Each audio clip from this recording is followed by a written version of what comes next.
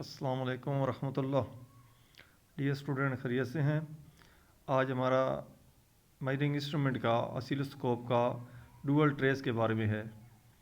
इससे पहले बेटा हम लोग सीआरटी के बारे में स्टडी किया था, फिर जनरल पर्पस जो सिंपल ऑसिलोस्कोप होती है उसके बारे में हमने स्टडी किया था, और आज हम जो है वो डुअल ट्रेस के बारे में स्टडी कर रहे हैं। ये इसकी दूसरी टाइप्स है ऑसिलोस्कोप की। बेटा डुअल ट्रेस ऑसिलोस्कोप एक ऐसी ऑसिलोस्कोप होती है जिसकी आउटपुट डुअल होती है, यानी दो वेव शेप को वो अपने चैनल पे दिखा सकती है। जो बेटा हम लैब के अंदर यूज़ करते हैं, आप लोगों ने देखा होगा रेक्टिफायर की इनपुट और आउटपुट को हम वहाँ पे देख सकते हैं, तो वो डुअल ट्रेस की शेप है जिसमें चैनल 1 और चैनल 2 को इस्तेमाल किया जाता है। उसमें एट ए टाइम दो वेव शेप को हम दिखा सकते हैं, तो उसको हम डुअल ट्रेस का नाम देते हैं। तो इसमें देखें 7.3 ये आपके कोर्स आउटलाइन मेरे के सामने मौजूद है, वहाँ पे डुअल ट्रेस ऑसिलोस्कोप सेकंड है 7.31 describe the importance of dual trace oscilloscope, इसकी अहमियत क्या है उसके बारे में बयान करना है। आगे तीसरे नंबर पे है बेटा differentiate a dual trace beam CRT from dual trace CRT. अब डुअल ट्रेस सीआरटी और सिंपल जो सीआरटी जो होती है उसमें क्या फ़र्क होता है, उसके बारे में इंशाल्लाह एंड पे हम उसके बारे में डिस्कस करेंगे। आगे conversion single trace into dual trace display, किस तरह हम सिंगल को हम डुअल ट्रेस में कन्वर्ट कर सकते हैं उसके बारे में इंशाल्लाह इसी में स्टडी किया जाएगा। आगे explain the working of electronic switch circuit for a dual trace display, ये इलेक्ट्रॉनिक स्विच के बारे में है बेटा। ये आपके जो उर्दू वाली बुक्स है उसके अंदर इसको वाज़ह काफ़ी उसमें डिटेल के साथ एक्सप्लेन किया गया है, लेकिन आपकी कोर्स आउटलाइन में वो शामिल यहाँ पे मौजूद नहीं था, इसलिए वहाँ पर मैं इंशाल्लाह उसका हवाला दे दूँगा। Dual trace oscilloscope block diagram आपके सामने, इसमें बेटा दो चैनल इस्तेमाल किए गए हैं। फर्स्ट नंबर पे देखें, मैं थोड़ा सा इसको एक्सटेंड कर देता हूँ, ये आपके सामने मैंने खोल दिया बेटा। इसमें अगर देखें तो इसमें अटेन्यूएटर ये में नज़र आ रहा है बेटा, attenuator amplifier channel A and channel B इस्तेमाल किया गया है। इस चैनल ए और चैनल बी को हम आगे इलेक्ट्रॉनिक स्विच को इस्तेमाल किया गया है। आगे लिखो इलेक्ट्रॉनिक स्विच।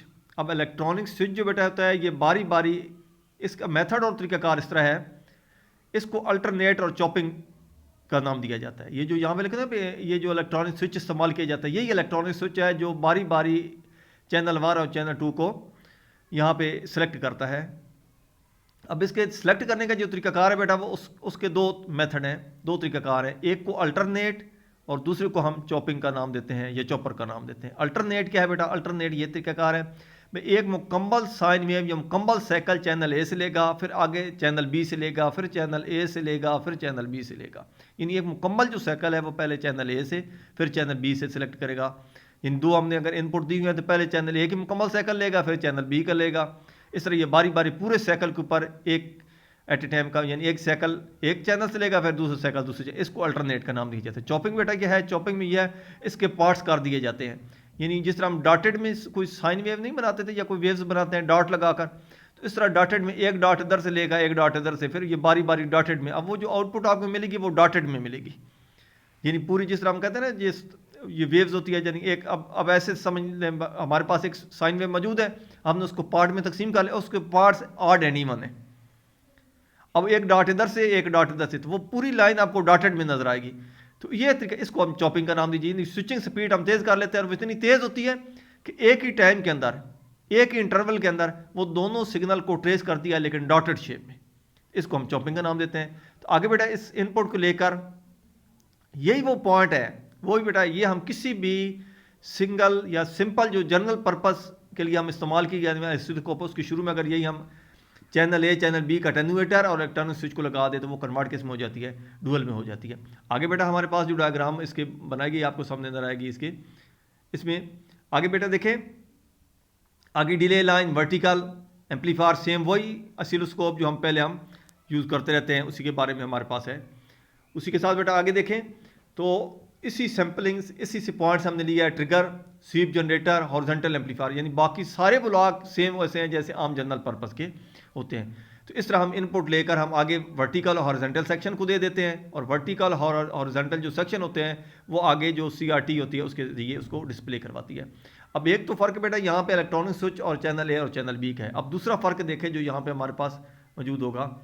अब इसी के साथ ही हम इसको आगे करते हैं। ये बेटा आपके सामने इसको ट्रेस किया गया है, ये सेकंड पॉइंट इसका आपको दिखाया गया है। इसमें अब देखें किस तरह वो डुअल को ट्रेस कर रहा है, यानी किस तरह वो वोल्टेज को बारी बारी लेकर इसको आगे डिस्प्ले करता है। तो वही तरीकाकार जो पहले मैं स्विचिंग के बारे में बता चुका हूँ बेटा, वही तरीकाकार यहाँ पे इसको अप्लाई किया गया है। इसी के साथ देखें बेटा आगे जो पॉइंट जो बहुत ही ज़्यादा है मैं इस हवाले से उसमें देखें तो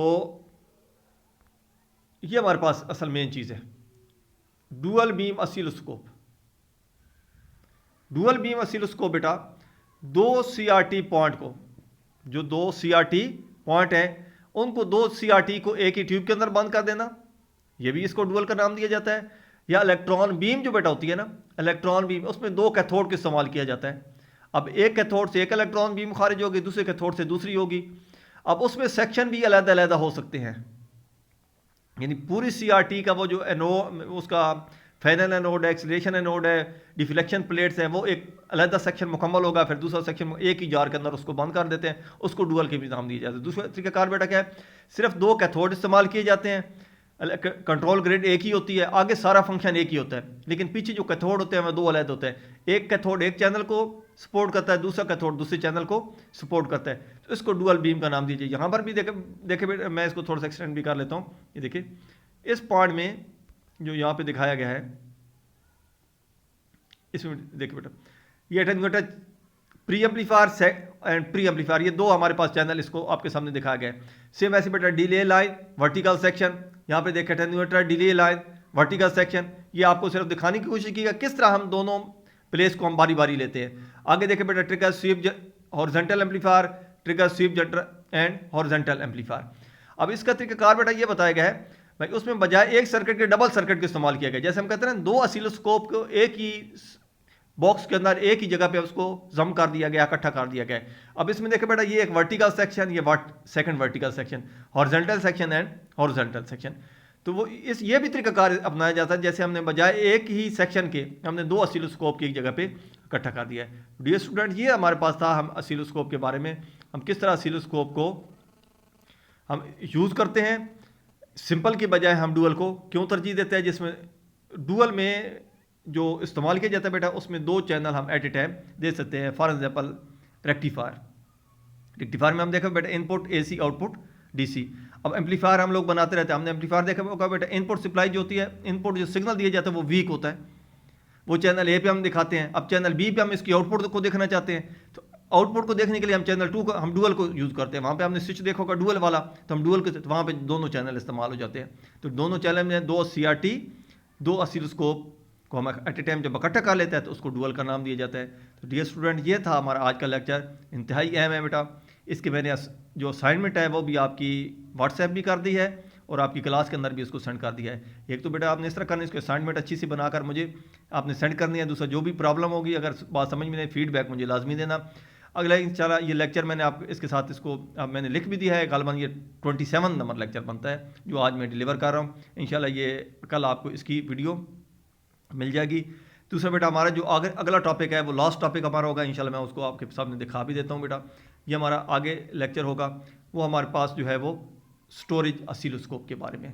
ये लेक्चर स्टोरेज ऑसिलोस्कोप जो होती है ये इंशाल्लाह अगला लेक्चर नेक्स्ट लेक्चर मैं आपको दिखा रहा हूँ। ये लास्ट लेक्चर इस चैप्टर का है। क्लियर है बेटा? तो ये हमारे आज के लेक्चर थे जिसमें हम लोगों ने बेटा स्टडी किया। मैं दोबारा आपके सामने इसको रिवाइज भी कर देता हूँ। पहले नंबर पे था हमारे पास डुअल ट्रेस ऑसिलोस्कोप, इसका ब्लॉक डायग्राम है जो आपके सामने यहाँ पे स्विचिंग की शेप में आपको दिखाया गया है। सेकंड बेटा इसकी वेव शेप है, जिस तरह ये वर्किंग कर रही है। और मैंने कहा था स्विचिंग जो स्विच होता है बेटा, जो स्विच है उसके काम करने के तरीक़ेकार दो हैं, अल्टरनेट एंड चॉपिंग। तीसरा बेटा इस मेथड में आगे पॉइंट को उठाएं, ये हमारे पास है जिसमें हम दोनों सेक्शन को हम यूज़ कर रहे हैं, यानी वर्टिकल के दो सेक्शन और हॉरिजॉन्टल के दो सेक्शन, आगे दो CRT होंगी जो उसको ऑपरेट करेंगी। इंशाल्लाह अगले लेक्चर में इसके बारे में स्टडी करेंगे। वालेकुम अस्सलाम वरहमतुल्लाहि वबरकातुहू।